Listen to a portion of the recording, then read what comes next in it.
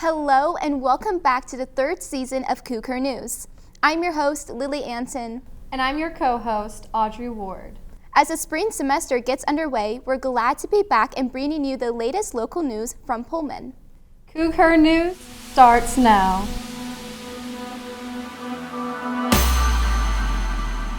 Pullman firefighters responded to 2 couches being set on fire on California Street and Northeast Ruby Street, following the Seahawks Super Bowl victory on Sunday night. Starting as a celebration to follow Cougar football victories, burning couches has become a high-risk tradition of Washington State students. The City of Pullman Firefighters Union released a message urging students to cease all fire-related traditions as they can quickly overwhelm emergency respondents. A growing group of protesters have been gathering weekly in downtown Pullman, speaking out against the current administration's policies. Our reporter Arlo Popa has visited several protests over the past month, delving into protesters' motivations and why they continue. We are in downtown Pullman, where residents are coming together to protest against the Trump administration's policies, especially in concerns to ICE. The community has been coming out to downtown near the Neal Public Library every Saturday from 1 to 2 p.m. Though people have been gathering downtown to protest the current administration for months, it only consisted of 6 to 12 people. As you can see from the footage, the crowds have increased significantly, often consisting of over 30 people.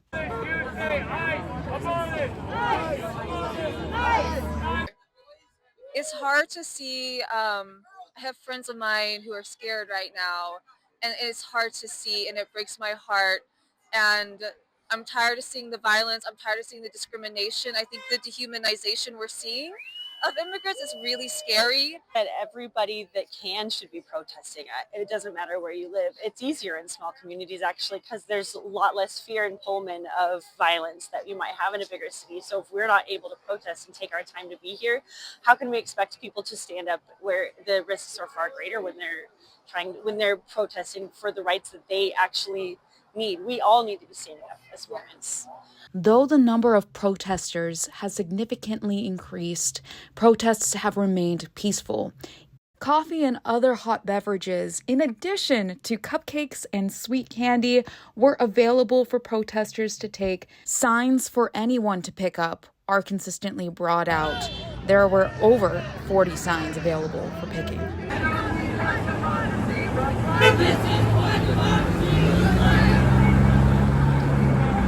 The protests will be occurring every Saturday from 12 to 1 p.m. outside Neal Library in downtown Pullman. I'm Arlo Popa, CougHer News. Thanks, Arlo. This last weekend, the Associated Schools of Construction hosted their annual construction management competition in Reno, Nevada. There were over 240 teams that represented 20 states and 56 universities. The Washington State University Design Build team took third place. Here is what member Rose Maurer said about the experience.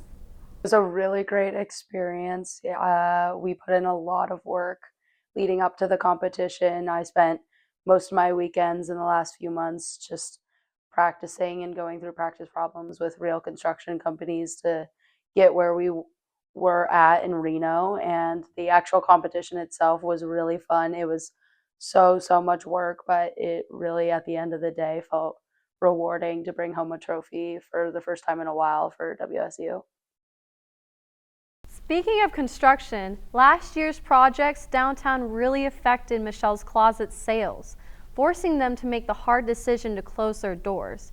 Our reporter Becky Oberlander is downtown with the details. Thanks, guys. Yes, I am standing here outside of Michelle's Closet, which will officially close its doors on Sunday, February 15th.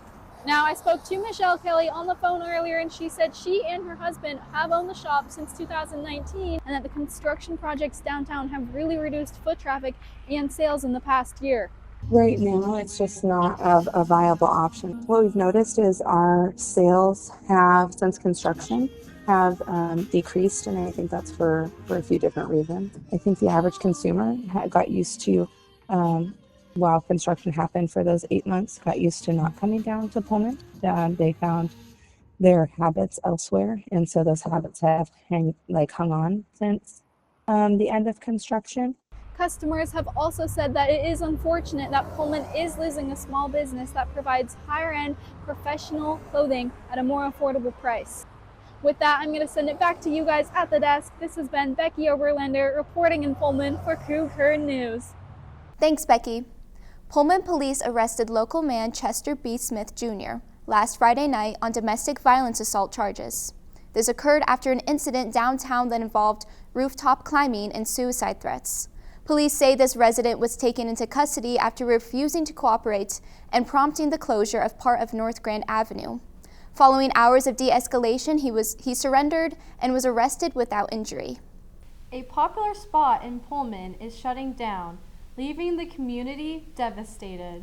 The Lumberyard has officially closed its doors after years of hosting events such as concerts, DJs, and student memories. Catherine Doyle has more on what this closure truly means.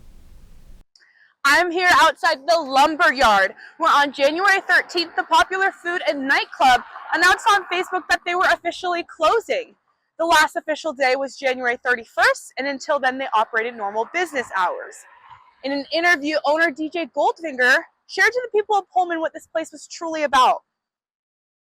There's 4 different carts in here. Currently, there's Hawaiian food, there's sushi, there's Colombian food, and American pub. I want them to know that if it was game time, they could bring their brother and sister to play here. They could come here and have 4 different selections of food. They could dance at nighttime or just do karaoke. And if you're really low key, play bingo. It's something for everyone. The Lumberyard closing affected many students, and senior Kaylee Copeland shared her thoughts on the closure of the Lumberyard. My initial reaction was sadness, and I couldn't believe it that it was actually closing after my 4 years here at WSU. Hearing that one of this known places in Pullman that is iconic to a lot of students and staff and just the community of Pullman is closing, pretty sad news because there's great memories I've made there. Although this place has closed its doors, it has left a lasting impact on the residents and students of Pullman. I've been your reporter, Catherine Doyle. Thank you, Catherine. Amid recent business closures in downtown Pullman, new restaurants are beginning to open their doors.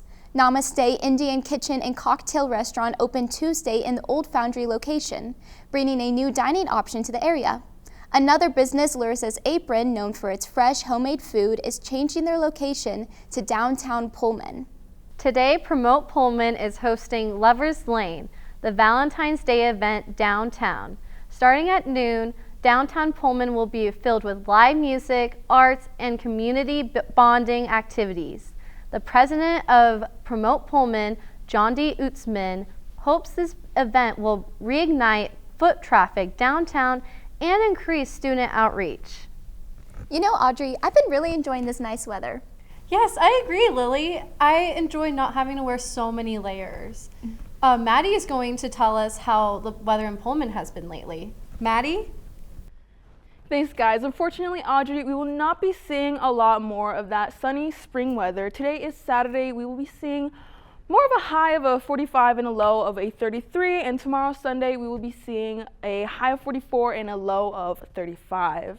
So if you're going out this Valentine's Day weekend, make sure to bring a nice warm coat. Thank you very much, and I'm sending it right back to you at the desk. Thanks, Maddie. Do you need professional clothes? Got an interview coming up? We sent our reporter, Alicia Love, to the CougHer Closet so you can dress to impress. Pullman has limited options for getting professional clothing. Here in the Leidy Building, room 160B, students can get free dresses, shirts, slacks, ties, and more. The CougHer Closet is a professional student resource that provides business casual clothing. Their goal is to make students feel confident and comfortable for interviews and internships. The Academic Success and Career Center Student Employment Coordinator, Nicole Billings, is the primary person that runs the closet. She wishes students knew the other resources that the closet provides. I want students to know that we're more than just like a space with clothes. Like, we want to help them, even if it's just like stylistic of like, do you think these things go together? Or like, how do I dress business casual, like what does that look like? What should I grab? But even on like interview tips and resume tips. If you are looking for something specific that the closet doesn't have, you can fill out a comment box to make a request for a certain item or style. I spoke with Amanda Morgan, who is the interim director of the Academic Success and Career Center, and asked what the closet would like to see more of from donors. One of the trends that we've seen year over year is because most of the clothing that is donated by working professionals, those tend to be a little more mature sizes. And so really what we're looking for are smaller sizes, more petite sizes. Students can shop at the closet Monday through Friday from 8 a.m. to 5 p.m. They aspire to help the community dress for success. The CougHer Closet is open to all students and ready to help with any professional clothing needs. For more information, visit the Academic Success and Career Center website. Reporting in Pullman, this is Alicia Love for CougHer News. Thanks, Alicia. Have you been getting sketchy emails? WSU students need to be aware of phishing emails that have been sent to student accounts. Check for subject lines like action required, urgent, or WSU important offer 2026. Information Services Manager Jim Walsborn said about 60 people clicked the most recent phishing link. Be aware that these compromised accounts give scammers the ability to open files, read emails, and redirect financial aid and payroll funds. If you get a suspicious email, IT requests that you submit it to abuse@wsu.edu. By reporting emails, you can help WSU locate scammers and block attacks before they reach thousands of inboxes. Calling all Murrow students, applications are now open for the Murrow Ambassador Program for the upcoming school year. This is your chance to get involved, build your experience, and represent the Murrow College. The application can be found on the Murrow Ambassador Instagram, and it's open until March 15th.